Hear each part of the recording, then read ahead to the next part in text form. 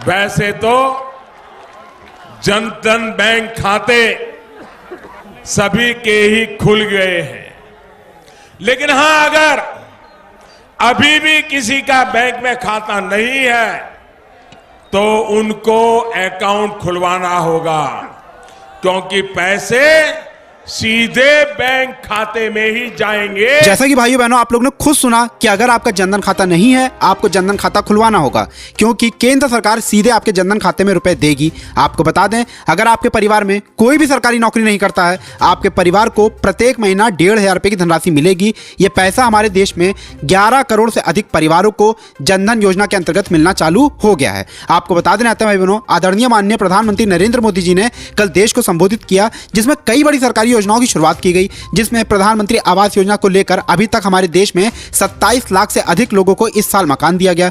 2 करोड़ से अधिक लोगों को फ्री में गैस सिलेंडर चूल्हा उज्जवल योजना के अंतर्गत दिया गया। अब जिनके परिवार में कोई भी सरकारी नौकरी नहीं करता है, उनको आर्थिक रूप से मदद देने के लिए जनधन योजना के अंतर्गत कई सेवाओं को शुरू किया गया है, जिसमें अगर आपके घर पे आप कोई बेटी पैदा होती है, उसको 15,000 रुपए की धनराशि 9 किस्तों में केंद्र सरकार देगी। बस आपको आवेदन करना होगा।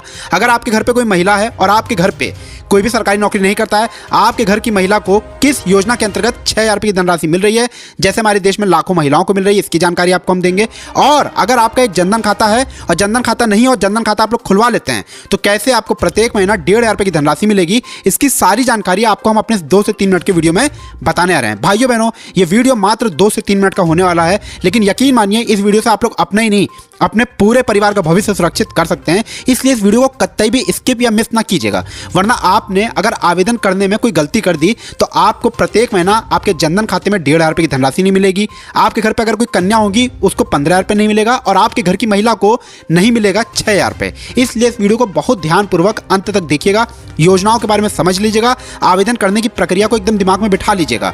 और आपको हम स्पष्ट कर दें, इस वीडियो को शुरू करने से पहले, इसमें जितनी भी योजनाएं हैं, इसमें आपका 1 रुपए नहीं लगेगा, सिर्फ आपको आवेदन करना है। आवेदन करने की प्रक्रिया पता होनी चाहिए। अब आवेदन कैसे करना है, चलिए आपको बताते हैं। सबसे पहले आप लोगों को यह जान लेना है, इन तीनों योजनाओं को सिर्फ और सिर्फ गरीब परिवारों के लिए चालू किया गया है। अगर कोई सरकारी नौकरी करता है, उस व्यक्ति को इन तीनों योजनाओं का फायदा नहीं मिलेगा।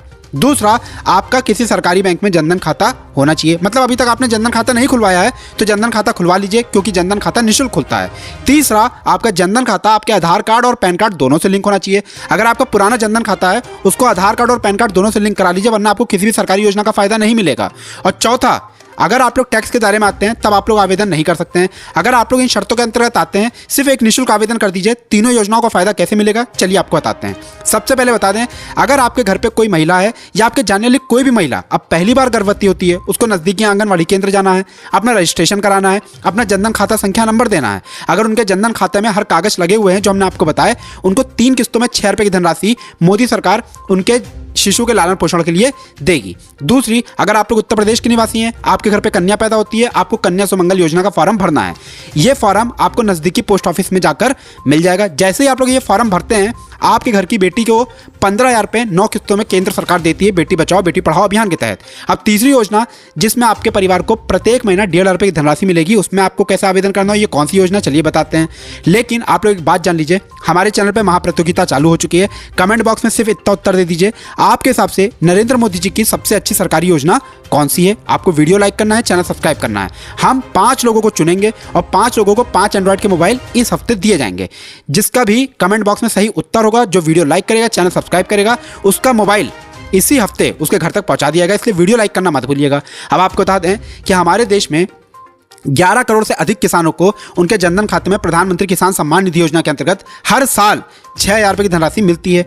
वैसे ही जो गरीब है, विकलांग है, मजदूर है, उन लोगों के लिए प्रधानमंत्री श्रम योगी मानधन योजना की शुरुआत कर दी गई है।